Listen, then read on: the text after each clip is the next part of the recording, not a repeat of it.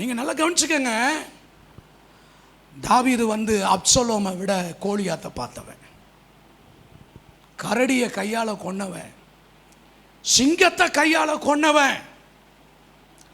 தாவீது அவளை லேஸ்ல என்ன பண்ணிட முடியாது,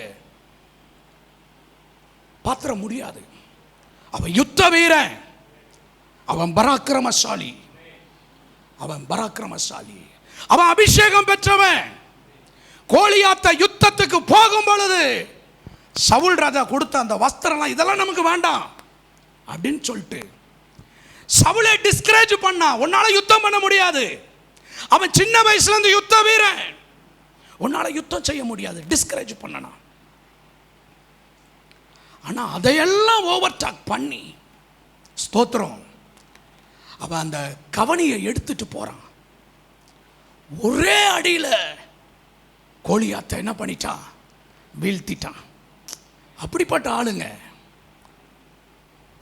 அவர் சொல்றான் தான் அனுபவத்தை. ஒரு விஷயம், கரடி வந்துச்சு, என் மந்தையில இருக்கிற ஆட்டை கவ்விட்டு போவ விடுவனா?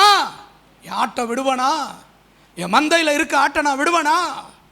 நான் அதை பின் தொடர்ந்து போய் அந்த கரடி கைக்கும் சிங்கத்தின் கைக்கும் என் ஆட்டை நான் என்ன பண்ண, தப்பு வச்சேன். ஆமென் சொல்லுங்க. இப்படிலாம் பலசாலி. ஆனா இப்ப நல்ல கவனிங்க, நம்ம கூட பலசாலி தான். நம்ம கூட வெளியில இருக்கிற எத்தனை பிரச்சனை வந்தாலும் என்ன பண்ணிடுறோம், சால்வ் பண்ணிடுறோம். ஆனா வீட்டுக்குள்ள ஒரு பிரச்சனை வரப்ப, குடும்பத்துக்குள்ள ஒரு பிரச்சனை வரப்ப, உடன் பிறந்தவர்களால ஒரு பிரச்சனை வரப்ப, கூட பிறந்தவர்களாக பெற்றெடுத்த பிள்ளைகளால ஒரு பிரச்சனை வரப்ப, ஒரு போராட்டம் வரப்ப, ஒரு நெருக்கம் வரப்ப என்ன பண்ண முடியல.